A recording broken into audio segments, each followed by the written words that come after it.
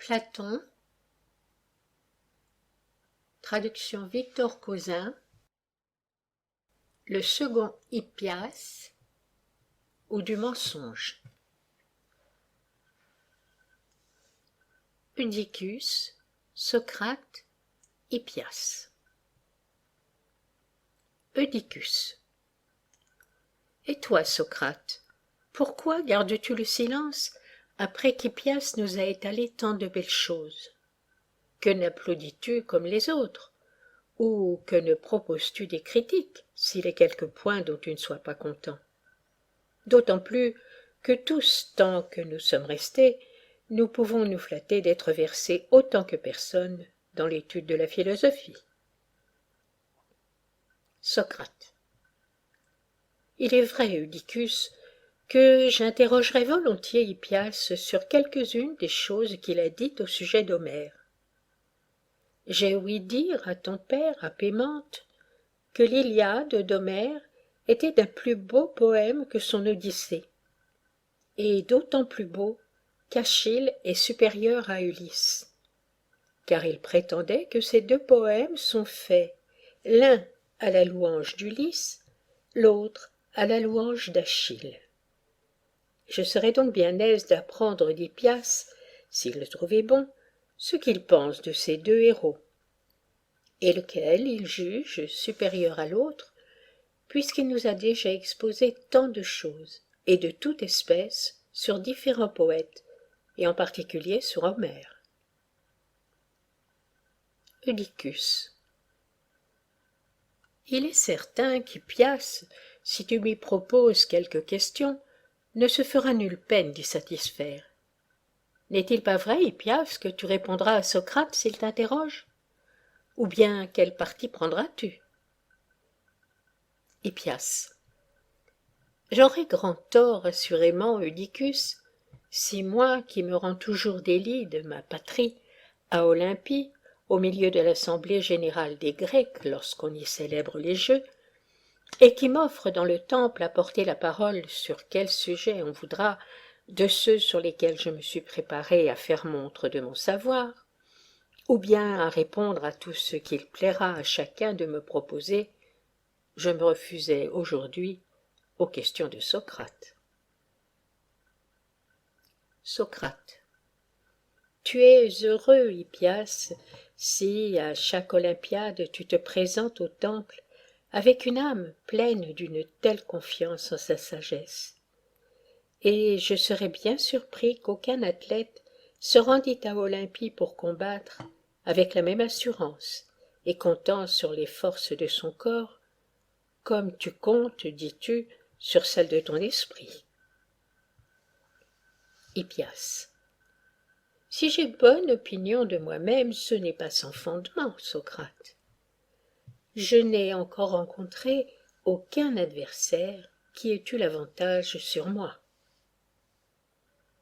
Socrate. Certes, Hippias, ta renommée est un monument éclatant de sagesse pour tes concitoyens des Lydes, et pour ceux de qui tu tiens le jour. Mais que dis-tu d'Achille et d'Ulysse? Lequel des deux, à ton avis, est préférable à l'autre, et en quoi? Lorsque nous étions en grand nombre dans cette salle, et que tu faisais montre de ton savoir, j'ai perdu une partie des choses que tu as dites, car je n'osais t'interroger à cause de la foule qui était présente, et d'ailleurs, je craignais par mes questions de t'interrompre dans ton exposition. À présent que nous sommes en plus petit nombre, et que Oedicus me presse de t'interroger, parle, et explique-nous clairement ce que tu disais de ces deux hommes, et quelle différence tu mettais entre eux. Hippias. Je veux, Socrate, t'exposer avec plus de précision encore que je n'ai fait alors, ce que je pense d'eux et des autres. Je dis donc qu'Homère a fait Achille le plus vaillant de tous ceux qui sont venus devant Troie, Nestor le plus sage, et Ulysse le plus rusé. Socrate. Au nom des dieux, Hippias, voudrais-tu bien m'accorder une grâce? C'est de ne pas te moquer de moi si je comprends avec peine ce qu'on me dit, et si j'interroge souvent. Tâche plutôt de me répondre avec douceur et complaisance. Hippias. Il serait honteux pour moi, Socrate, tandis que j'instruis les autres à faire ce que tu dis, et que je prends de l'argent à ce titre, si, lorsque tu m'interroges moi-même, je n'avais point d'indulgence pour toi, et je ne te répondais avec douceur. Socrate. On ne saurait mieux parler. J'ai cru comprendre ta pensée quand tu as dit qu'Homère a fait Achille le plus vaillant des Grecs et Nestor le plus sage. Mais lorsque tu as ajouté que le poète a fait Ulysse le plus rusé, je t'avoue, puisqu'il faut te dire la vérité, que je n'ai pas du tout compris. Peut-être concevrais-je mieux la chose de cette manière. Dis-moi, est-ce qu'Achille n'est point aussi représenté comme rusé dans Homère? Hippias. Nullement, Socrate, mais comme le caractère le plus sincère. En effet, lorsque le poète nous les met sous les yeux, s'entretenant ensemble dans les prières, Achille parle à Ulysse en ces termes.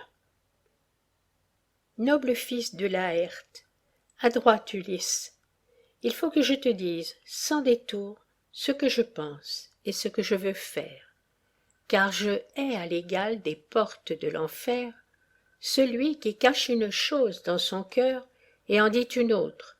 Je te dirai donc ce que je veux faire. Homère peint dans ses vers le caractère de l'un et de l'autre. On y voit qu'Achille est vrai et sincère, et Ulysse rusé et menteur. Car c'est Ulysse qu'Achille a en vue dans ses vers qu'Homère lui met à la bouche. Socrate. Présentement, Hippias, je crois comprendre ce que tu dis. Par rusé, tu entends menteur, ce me semble. Hippias. Oui, Socrate, et c'est précisément le caractère qu'Homère a donné à Ulysse en je ne sais combien d'endroits de l'Iliade et de l'Odyssée. Socrate. Homère jugeait donc que l'homme vrai et le menteur sont deux hommes, et non le même homme. Hippias. Comment ne l'aurait-il pas jugé, Socrate? Socrate. Est-ce que tu penses de même, Hippias? Hippias. Assurément, il serait bien singulier que je fusse d'un autre sentiment. Socrate. Laissons donc là Homère. Aussi bien est-il impossible de lui demander ce qu'il avait dans l'esprit en faisant ses vers. Mais puisque tu prends fait et cause pour lui, et que le sentiment que tu attribues à Homère est aussi le tien, réponds-moi pour lui et pour toi. Hippias. Je le veux bien. Propose en peu de mots ce que tu souhaites. Socrate. Entends-tu par les menteurs des hommes incapables de rien faire comme sont les malades, ou les regardes-tu comme des hommes capables de faire quelque chose? Hippias. Je les tiens pour très capables de faire bien des choses, et surtout de tromper les hommes. Socrate. Selon ce que tu dis, les rusés sont aussi des gens capables à ce qu'il paraît, n'est-ce pas? Hippias. Oui. Socrate. Les rusés et les trompeurs sont-ils tels par bêtise et défaut d'esprit, ou par malice et par une certaine intelligence? Hippias. Par malice certainement et par intelligence. Socrate. Ils sont donc intelligents suivant toute apparence. Hippias. Oui, je te jure, et grandement. Socrate. Étant intelligents, ne savent-ils pas ce qu'ils font ou le savent-ils? Hippias. Ils le savent parfaitement bien, et c'est pour cela même qu'ils font du mal. Socrate. Sachons donc ce qu'ils savent. Sont-ils ignorants ou instruits? Hippias. Ils sont instruits en cela, c'est-à-dire à tromper. Socrate. Arrête un moment. Rappelons-nous ce que tu viens de dire. Les menteurs, selon toi, sont capables, intelligents, savants et habiles dans les choses où ils sont menteurs. Hippias. Cela est vrai. Socrate. Et les hommes sincères sont différents des menteurs et ont même des qualités très opposées. Hippias. C'est ce que je dis. Socrate. Les menteurs, à en juger par tes discours, sont donc du nombre des gens capables et instruits. Hippias. Sans contredit. Socrate. Lorsque tu dis que les menteurs sont capables et instruits en fait de tromperie, entends-tu par là qu'ils ont la capacité de mentir quand ils veulent, ou non? Hippias. J'entends qu'ils ont cette capacité. Socrate. Ainsi, pour le dire en somme, les menteurs sont instruits et capables en fait de mensonges. Hippias. Oui. Socrate. Par conséquent, l'homme incapable et ignorant en ce genre n'est pas menteur. Hippias. Non. Socrate. Ne tient-on point pour capable de faire une chose celui qui la fait quand il veut la faire? Je veux dire, qui n'en est empêché ni par la maladie, ni par aucun autre obstacle semblable, et qui est dans le cas où tu es par rapport à mon nom, que tu peux écrire quand il te plaît. Je te demande donc si tu appelles capable quiconque a le même pouvoir. Hippias. Oui. Socrate. Dis-moi, Hippias, n'es-tu point expert dans les calculs et dans l'art de supputer? Hippias. Plus que personne, Socrate. Socrate. Si on te demandait combien font 3 fois 700, ne dirais-tu pas, si tu voulais plus promptement et plus sûrement qu'aucun autre, la vérité sur ce point? Hippias. Assurément. Socrate. N'est-ce point parce que tu es très capable et très instruit en cette matière? Hippias. Oui. Socrate. Es-tu seulement très instruit et très capable en art de compter? Et n'es-tu pas aussi très bon en ce même art où tu es très capable et très instruit? Hippias. Très bon aussi, Socrate. Socrate. Tu dirais donc au mieux la vérité sur ces objets, n'est-ce pas? Hippias. Je m'en flatte. Socrate. Mais quoi? Ne dirais-tu pas également le faux sur les mêmes objets?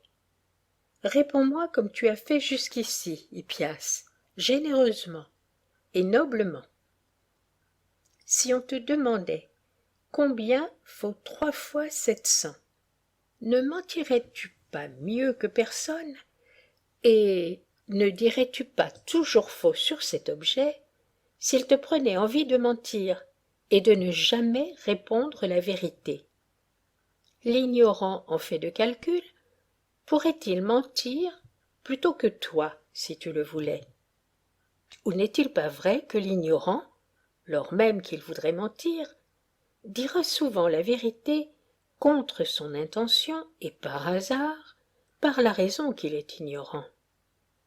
Au lieu que toi, qui es savant, tu mentirais constamment sur le même objet, s'il te plaisait de mentir. Hippias. Oui, la chose est comme tu dis. Socrate. Le menteur est-il menteur en d'autres choses, et nullement dans les nombres, et ne saurait-il mentir en comptant? Hippias. Assurément, il peut mentir aussi dans les nombres. Socrate. Ainsi posons pour certains, Hippias, qu'il y a des menteurs en fait de nombre et de calcul. Hippias. Oui. Socrate. Mais quel sera le menteur de cette espèce? Afin qu'il soit tel, ne faut-il pas, comme tu l'avouais tout à l'heure, qu'il ait la capacité de mentir? Car tu disais, s'il t'en souvient, que quiconque est dans l'incapacité de mentir ne sera jamais menteur. Hippias. Je m'en souviens et je l'ai dit en effet. Socrate. Or, ne venons-nous pas de voir que tu es très capable de mentir en fait de calcul? Hippias. Oui, c'est ce qui a été dit aussi. Socrate. N'es-tu point aussi très capable de dire la vérité sur le même objet?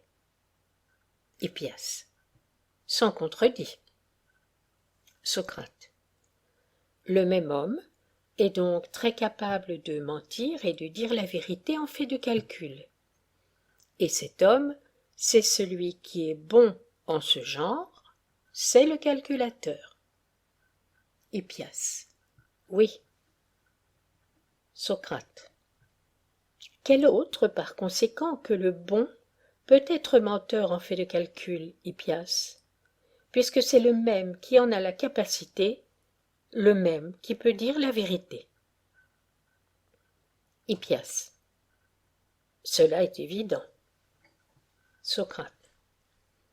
Ainsi, tu vois que c'est le même homme qui ment et dit la vérité sur ce point, et que celui qui dit vrai n'est meilleur en rien que le menteur, puisque c'est la même personne, et qu'il n'y a pas entre eux une opposition absolue, comme tu le pensais il n'y a qu'un moment.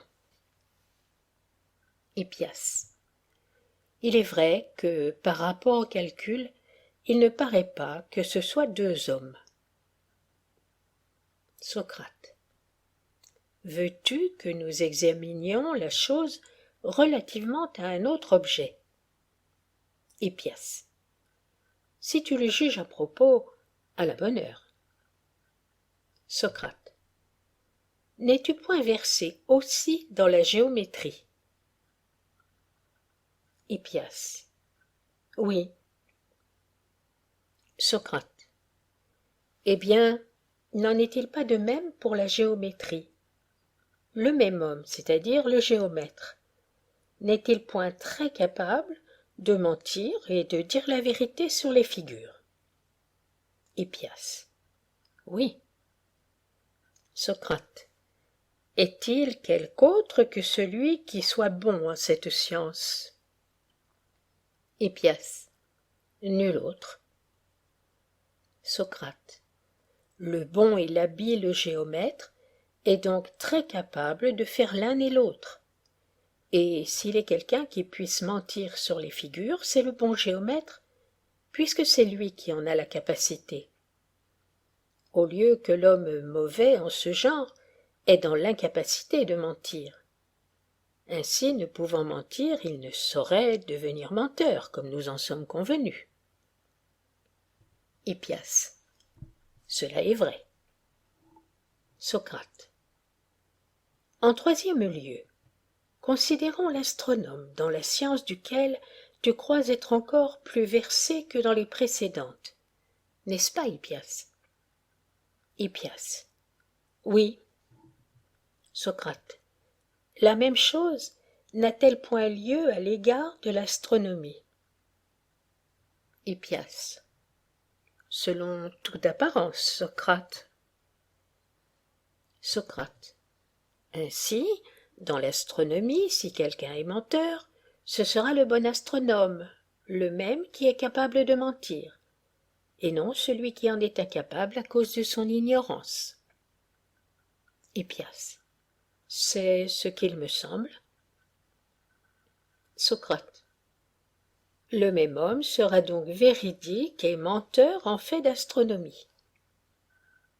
Hippias. Probablement. Socrate. Courage, Hippias. Jette un coup d'œil général sur toutes les sciences, pour voir s'il en est une où la chose soit autrement que je viens de dire. Tu es sans comparaison le plus instruit de tous les hommes dans la plupart des arts, comme je t'ai entendu une fois t'en vanter lorsque tu faisais au milieu de la place publique, dans les comptoirs des banquiers, le dénombrement de tes connaissances tout à fait dignes d'envie. Tu disais qu'un jour tu vins à Olympie n'ayant rien sur toute ta personne que tu n'eusses travaillé toi-même. Et d'abord, que l'anneau que tu portais, car tu commenças par là, était ton ouvrage, et que tu savais graver des anneaux.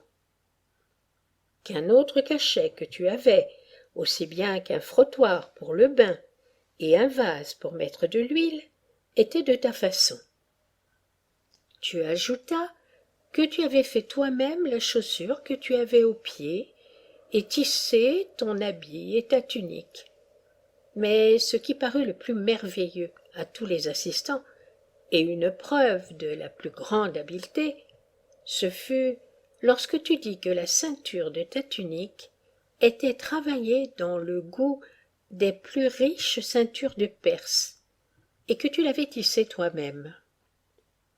En outre, tu racontais que tu avais apporté avec toi des poèmes, vers héroïques, tragédies, dithyrambes, et je ne sais combien d'écrits en prose sur toutes sortes de sujets, et que de tous ceux qui se trouvaient à Olympie, tu étais, à tous égards, le plus habile dans les arts dont je viens de parler, et encore dans la science de la mesure, de l'harmonie et de la grammaire, sans compter beaucoup d'autres connaissances autant que je puis me rappeler. Cependant, j'ai pensé oublier ta mémoire artificielle, la chose du monde qui te fait le plus d'honneur à ce que tu crois, et je pense avoir encore omis bien d'autres choses. Quoi qu'il en soit, pour en revenir à ce que je disais, jette les yeux sur les arts que tu possèdes, ils sont en assez grand nombre, et sur les autres. Ensuite, dis-moi si tu en trouves un seul, où, suivant ce dont nous sommes convenus, toi et moi, le véridique et le menteur soient deux hommes différents, et non le même homme. Examine cela en tel genre qu'il te plaira d'instruction, de savoir-faire, comme tu voudras l'appeler. Tu n'en trouveras pas un, mon cher ami, et en effet il n'y en a point, sinon nomme-le. Hippias. Je ne saurais en trouver, Socrate, dans le moment. Socrate. Tu ne le pourras pas davantage dans la suite autant que je puis croire. Mais si ce que je dis est vrai, te rappelles-tu ce qui résulte de ce discours, Hippias? Hippias. Je ne vois pas trop, Socrate, où tu en veux venir. Socrate. C'est probablement parce que tu ne fais point usage en ce moment de ta mémoire artificielle, et tu ne crois pas sans doute devoir t'en servir ici. Je vais donc te remettre sur la voie.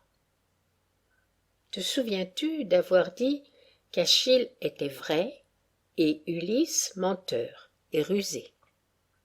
Hippias. Oui. Socrate. Vois-tu maintenant que le vrai et le menteur nous ont paru avec évidence être le même homme, d'où il suit que si Ulysse est menteur, il est en même temps vrai, et que si Achille est vrai, il est aussi menteur, et qu'ainsi ce ne sont pas deux hommes différents ni opposés entre eux, mais semblables. Hippias. Socrate, tu as toujours le talent d'embarrasser ainsi la dispute. Tu saisis dans un discours ce qu'il y a de plus épineux, et tu t'y attaches et l'examines ainsi en petit. Et quelque sujet que l'on traite, jamais tu ne l'envisages en son entier dans tes attaques. Et de fait, je te montrerai à l'instant, si tu veux, par je ne sais combien de témoignages et de preuves décisives, qu'Homère a fait Achille meilleur qu'Ulysse et plein de franchise, et celui-ci trompeur, menteur en 1000 rencontres, et inférieur à Achille. Après quoi, si tu le juges à propos, oppose discours à discours pour me prouver qu'Ulysse vaut mieux. De cette manière, les assistants seront plus à portée de décider qui de nous deux a raison. Socrate. Je suis bien éloigné, Hippias, de contester que tu sois plus instruit que moi. Mais j'ai toujours coutume, lorsque quelqu'un parle, d'être fort attentif, surtout si j'ai lieu de juger que celui qui parle est un habile homme. Et, comme j'ai grande envie de comprendre ce qu'il dit, je le questionne, j'examine, je rapproche ses paroles les unes des autres afin de mieux comprendre. Au contraire, s'il me paraît que c'est un esprit vulgaire, je ne l'interroge point et ne me mets nullement en peine de ses discours. Tu reconnaîtras à cette marque qui sont ceux que je tiens pour habiles. Tu trouveras que je me livre tout entier à ce qu'ils disent, et que je leur fais des questions pour apprendre d'eux quelque chose et devenir meilleur. Par exemple, j'ai fait une attention particulière à ce que tu as dit lorsque tu as insinué que, dans les vers que tu viens de citer, Achille désigne Ulysse comme un donneur de belles paroles. Et je suis bien étonné si tu dis vrai en ce point, d'autant qu'on ne voit pas que ce rusé d'Ulysse ait fait aucun mensonge en cet endroit, et qu'au contraire, c'est Achille qui paraît un rusé selon ta définition, car il ment. En effet, après avoir débuté par les vers que tu as rapportés, je hais à l'égal des portes de l'enfer celui qui cache une chose dans son cœur et en dit une autre. Il ajoute un peu plus bas qu'Ulysse ni Agamemnon ne le fléchiront jamais, et qu'il ne restera point absolument devant Troie. Mais, demain, après avoir fait un sacrifice à Jupiter et à tous les dieux, je chargerai mes vaisseaux et les mettrai à la mer, et tu verras, si tu le veux, et si cela t'intéresse, ma flotte voguer de grand matin sur l'Hellespont, et mes gens ramer à l'envi, et si Neptune nous accorde une heureuse navigation, j'aborderai au 3e jour à la fertile Phthie. Longtemps auparavant, dans sa querelle avec Agamemnon, il lui avait dit « Je pars dès ce moment pour Phthie, car il me valait mieux retourner chez moi avec mes vaisseaux noirs. Et je ne pense pas qu'Achille étant ici sans honneur, tu accroisses ta puissance et tes richesses. » Après avoir parlé de la sorte, tantôt en présence de l'armée entière, tantôt vis-à-vis de ses amis, il ne paraît nulle part qu'il ait fait les apprêts de son voyage, ni qu'il ait mis ses vaisseaux en mer pour retourner dans sa patrie. On voit, au contraire, qu'il se met fort peu en peine de dire la vérité. Je t'ai donc interrogé au commencement, Hippias, parce que je doutais qui des deux était représenté comme meilleur par le poète, que je les croyais tous deux très grands hommes, et qu'il me paraissait difficile de prononcer lequel avait l'avantage sur l'autre, tant à l'égard du mensonge que de la véracité et des autres vertus. D'autant plus que, dans le point dont il s'agit, Ils se ressemblent fort. Hippias. C'est que tu n'examines pas la chose comme il faut, Socrate. Dans les circonstances où Achille ment, ce n'est pas de dessein formé qu'il le fait, mais malgré lui, la déroute de l'armée l'ayant contraint de rester et d'aller à son secours. Pour Ulysse, il ment toujours, volontairement et insidieusement. Socrate. Tu me trompes, mon cher Hippias, et tu imites Ulysse. Hippias. Point du tout, Socrate. En quoi donc, et que veux-tu dire? Socrate. En ce que tu avances qu'Achille ne ment pas insidieusement, lui qui est si charlatan, si insidieux, outre la fausseté de ses paroles, si on s'en rapporte à Homère, et qui en sait tellement plus qu'Ulysse dans l'art de tromper sans qu'on s'en aperçoive, à l'aide de ses fausses paroles, qu'il ose, même en présence d'Ulysse, dire le pour et le contre, sans que celui-ci y ait pris garde. Du moins, Ulysse ne lui donne-t-il rien qui donne à connaître qu'il se soit aperçu qu'Achille mentait. Hippias. De quel endroit parles-tu, Socrate? Socrate. Ne sais-tu point qu'après avoir dit un peu avant Ulysse qu'il se mettra en mer le lendemain au lever de l'aurore, il ne dit point ensuite à Ajax qu'il partira, mais tout autre chose. Hippias. Où donc cela? Socrate. Dans les vers suivants. Je ne prendrai, dit-il, aucune part au sanglant combat, que je ne vois le fils du sage Priam, le divin Hector, parvenu jusqu'aux tentes et au vaisseau des Myrmidons, après avoir massacré les Argiens et brûlé leur flotte. Mais lorsqu'Hector sera près de ma tente et de mon vaisseau noir, je saurai bien l'arrêter malgré son ardeur. Crois-tu, Hippias, que le fils de Thétis, l'élève du très sage Chiron, eut si peu de mémoire qu'après avoir fait les plus sanglants reproches aux hommes dont les paroles sont fausses, il ait dit à Ulysse qu'il allait partir sur l'heure et à Ajax qu'il resterait? N'est-il pas plus vraisemblable qu'il tendait des pièges à Ulysse, et que le regardant comme un homme peu fin, il espérait le surpasser dans l'art de ruser et de mentir? Hippias. Je ne le pense pas, Socrate, mais la raison pour laquelle Achille tient à Ajax un autre langage qu'à Ulysse, c'est que la bonté de son caractère l'avait déjà fait changer de résolution. Pour Ulysse, soit qu'il dise vrai, soit qu'il mente, il ne parle jamais qu'insidieusement. Socrate. Si cela est, Ulysse est donc meilleur qu'Achille.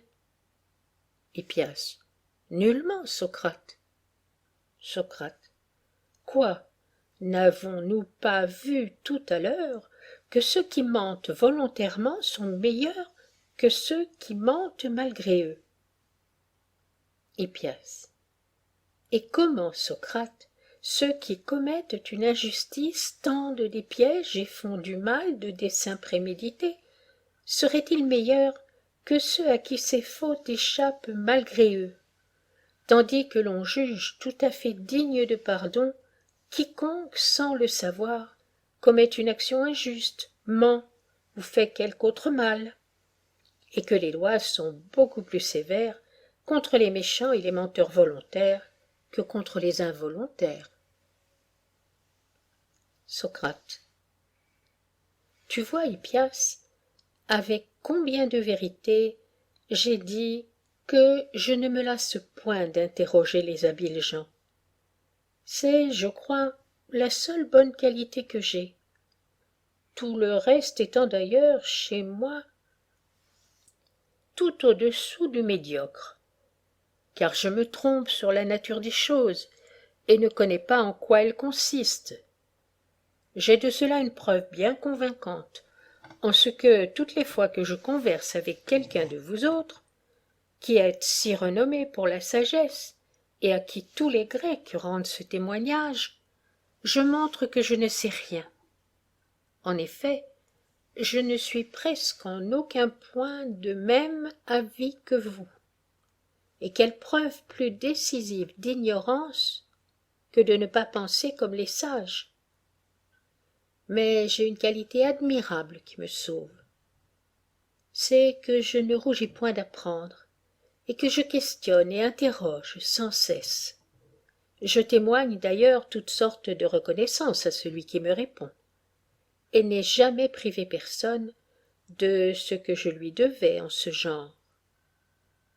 Car il ne m'est jamais arrivé de nier que j'eusse appris ce que j'ai appris réellement, ni de donner pour une découverte de ma façon ce que je tenais d'autrui. Au contraire, je fais l'éloge de celui qui m'a enseigné comme d'un habile homme, et j'expose ce que j'ai appris de lui. Mais dans le cas présent, je ne t'accorde point ce que tu dis. Je suis même d'un sentiment entièrement opposé.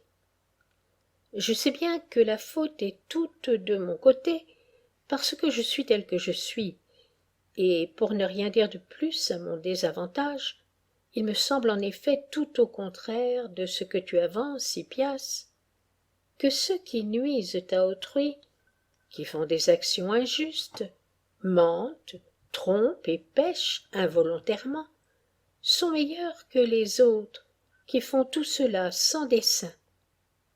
Il est vrai que quelquefois je passe à l'avis opposé, et que je n'ai rien de fixe sur ces objets, sans doute parce que je suis un ignorant. Actuellement je me trouve dans un de ces accès périodiques, et il me paraît que ceux qui pêchent en quoi que ce soit volontairement sont meilleurs que ceux qui pêchent sans le vouloir. Je soupçonne que ma manière actuelle de penser vient des discours précédents, et que ce sont eux qui me font paraître en ce moment, ceux qui agissent de la sorte sans le vouloir, plus mauvais que ceux qui agissent volontairement. Fais-moi, je te prie, la grâce de ne point refuser de guérir mon âme. Tu me rendras un plus grand service en la délivrant de l'ignorance que si tu délivrais mon corps d'une maladie. Si tu vas entamer un long discours, je te déclare d'avance que tu ne me guériras point parce que je ne pourrai pas te suivre. Mais si tu veux me répondre, comme tu l'as fait jusqu'ici, tu me feras beaucoup de bien, et il ne t'en arrivera, je pense, aucun mal. J'ai le droit de t'appeler ici à mon secours, fils d'Apémente, puisque c'est toi qui m'as engagé dans cette conversation avec Hippias. Si donc Hippias refuse de me répondre, fais-moi le plaisir de l'en prier pour moi. Eudicus.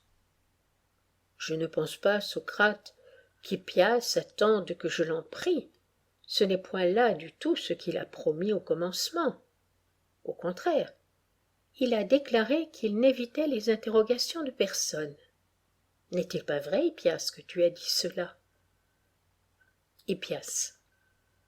Il est vrai, Eudicus, mais Socrate brouille tout dans la dispute, et il a l'air de ne chercher qu'à embarrasser. Socrate. Mon cher Hippias, si je le fais, ce n'est pas à dessein, car alors je serais, selon toi, instruit et habile, mais sans le vouloir. Excuse-moi donc, toi qui dis qu'il faut user d'indulgence à l'égard de ceux qui font mal involontairement. Eudicus. Je te conjure, Hippias, de ne pas prendre d'autre parti. Réponds aux questions de Socrate par complaisance pour nous, et pour remplir la parole que tu as donnée d'abord. Hippias. Je répondrai puisque tu m'en pries. Interroge-moi donc sur ce qui te plaira. Socrate. Je désire fort, Hippias, d'examiner ce qu'on vient de dire, savoir quel est le meilleur, de celui qui pêche de propos délibérés ou de celui qui pêche sans dessein. Et je pense que la vraie manière de procéder en cet examen est celle-ci. Réponds-moi. N'appelles-tu pas un tel homme bon coureur? Hippias. Oui. Socrate. Et tel autre mauvais? Hippias. Sans doute. Socrate. Le bon coureur, n'est-ce pas celui qui court bien, et le mauvais, celui qui court mal? Hippias. Oui. Socrate. Et celui-là ne court-il pas mal qui court lentement et bien qui court vite? Hippias. Oui. Socrate.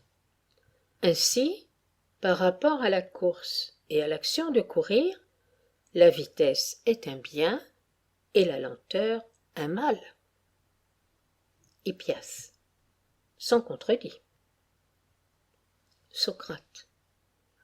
De deux hommes qui courent lentement, l'un exprès, l'autre malgré lui, quel est le meilleur coureur? Hippias. Celui qui court lentement exprès. Socrate. Courir, n'est-ce pas agir? Hippias. Assurément. Socrate. Si c'est agir, n'est-ce pas faire quelque chose? Hippias.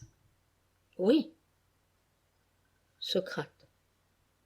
Donc celui qui court mal fait une chose mauvaise et laide en fait de course.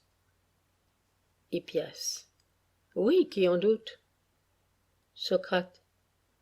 Celui qui court lentement ne court-il pas mal? Hippias. Oui. Socrate. Le bon coureur ne fait-il point cette chose mauvaise et laide parce qu'il le veut bien, et le mauvais malgré lui? Hippias. Selon toute apparence. Socrate.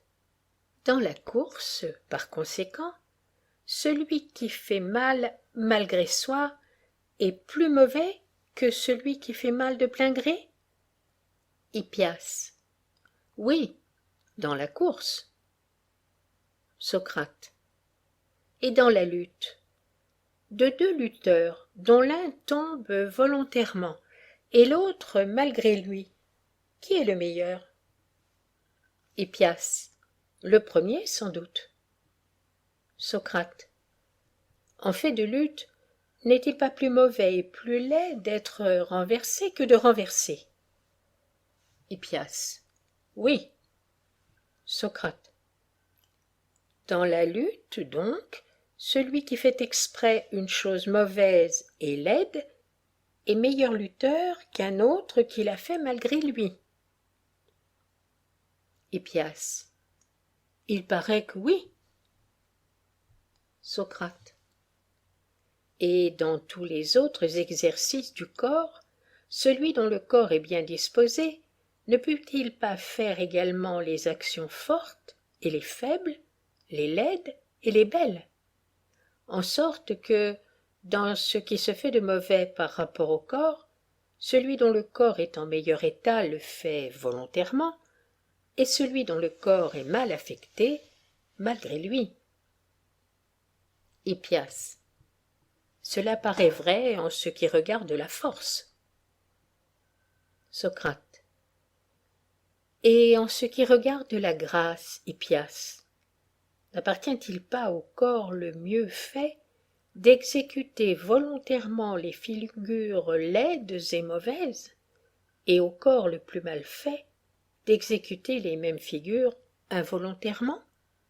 Que t'en semble? Hippias. J'en conviens. Socrate. Le défaut de grâce, s'il est volontaire, suppose donc les bonnes qualités du corps et les mauvaises, s'il est involontaire. Hippias. Il y a apparence. Socrate. Et que penses-tu de la voix? Quelle est, à ton avis, la meilleure de celles qui détonnent volontairement ou de celles qui détonnent involontairement? Hippias. C'est la première. Socrate. La seconde est donc la plus mauvaise. Hippias. Oui. Socrate. Qu'aimerais-tu mieux avoir? Des biens ou des maux? Hippias. Les biens. Socrate. Que préférerais-tu? Des pieds qui boiteraient volontairement ou de ceux qui boiteraient involontairement? Hippias. Je préférerais les premiers. Socrate. Le boitement dans les pieds n'est-il pas un vice et une difformité? Hippias. Oui. Socrate. Et quoi?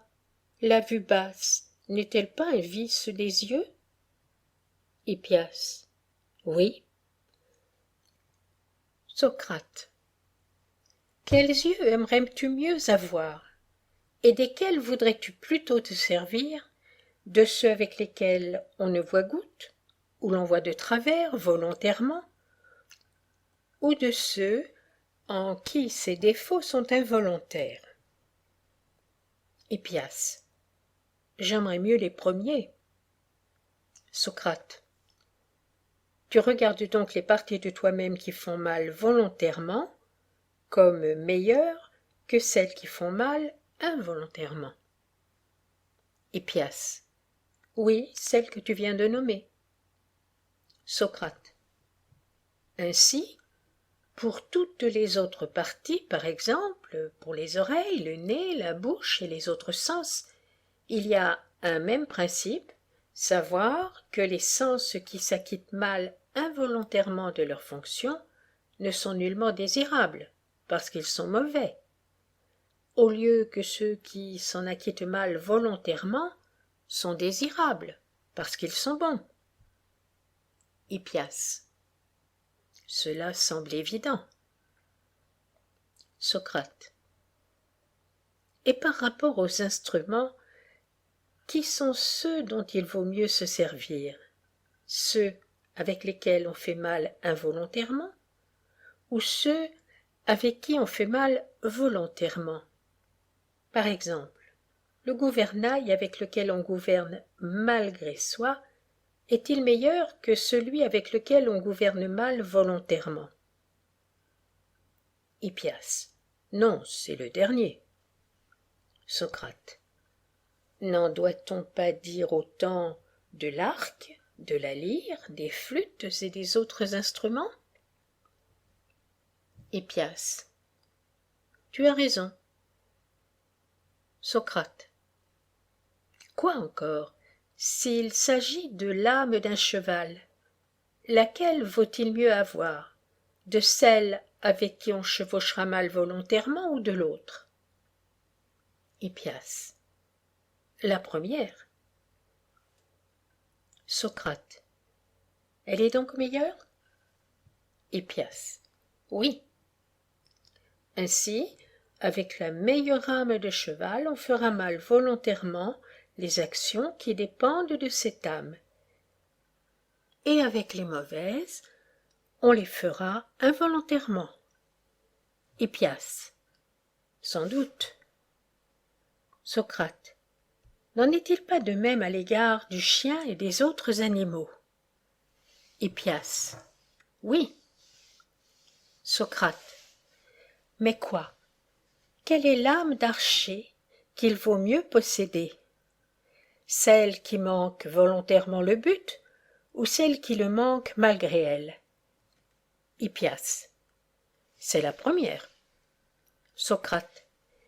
Elle est donc la meilleure en ce qui concerne l'adresse à tirer de l'arc.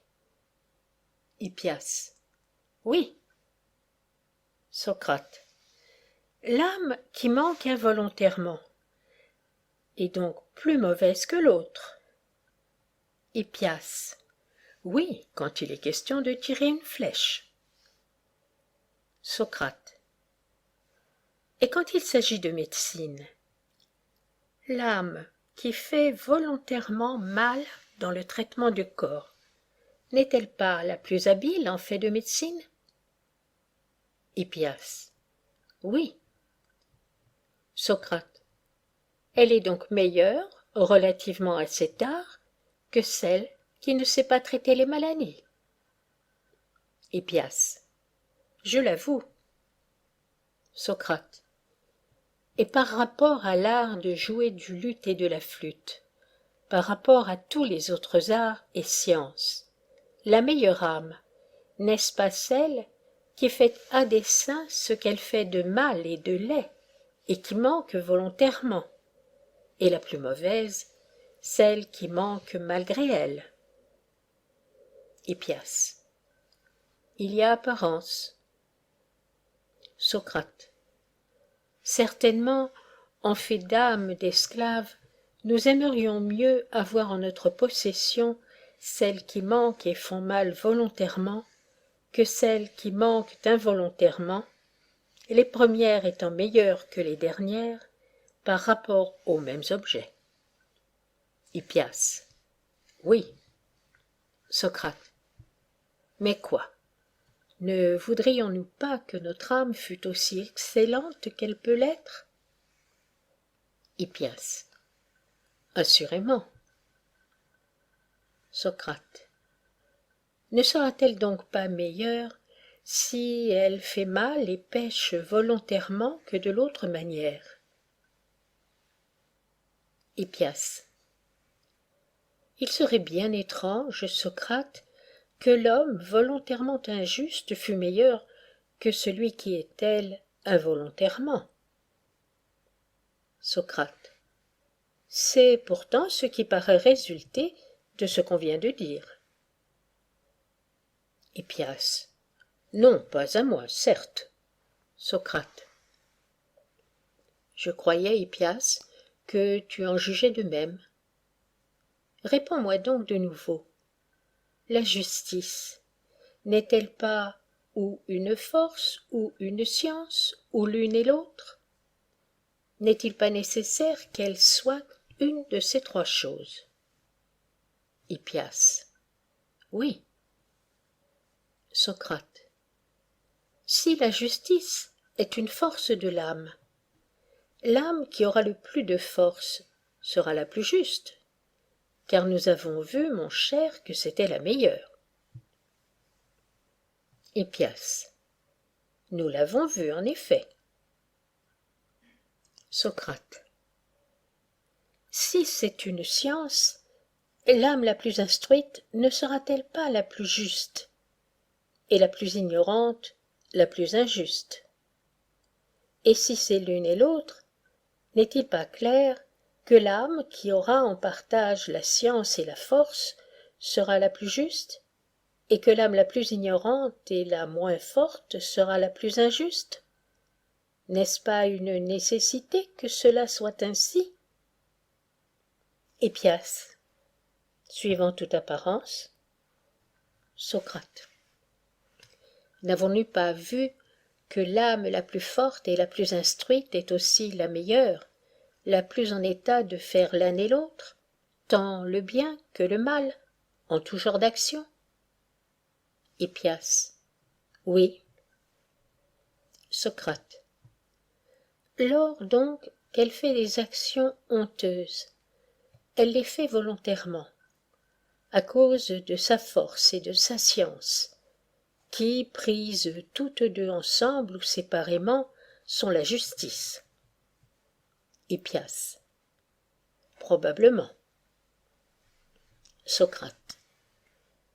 Commettre une injustice, n'est-ce pas faire mal?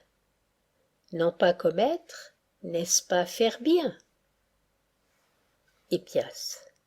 Oui. Socrate. Par conséquent, l'âme la plus forte et la meilleure agira volontairement, lorsqu'elle se rendra coupable d'injustice, et la mauvaise agira involontairement. Hippias. Il paraît que oui. Socrate. L'homme de bien, n'est-ce pas celui dont l'âme est bonne, et le méchant celui dont l'âme est mauvaise? Hippias. Oui. Socrate. Ainsi c'est le propre de l'homme de bien de commettre l'injustice volontairement, et du méchant de la commettre involontairement, s'il est vrai que l'âme de l'homme de bien soit bonne. Hippias. Elle l'est sans contredit. Socrate. Celui donc qui pêche et fait volontairement des actions honteuses et injustes, mon cher Hippias, s'il est vrai qu'il y ait des hommes de ce caractère, ne peut être autre que l'homme de bien. Hippias. Je ne saurais t'accorder cela, Socrate. Socrate. Ni moi me l'accorder à moi-même, Hippias. Mais cette conclusion suit nécessairement du discours précédent. Pour moi, comme je te l'ai dit plus haut, je ne fais qu'errer continuellement en tous sens sur ces objets, et je ne suis jamais constamment du même avis. Mes doutes, après tout, n'ont rien qui doive surprendre, non plus que ceux de tout autre ignorant. Mais si vous n'avez aucun point fixe, vous autres savants, il est bien triste pour nous de ne pouvoir être délivrés de notre erreur, même en recourant à vous.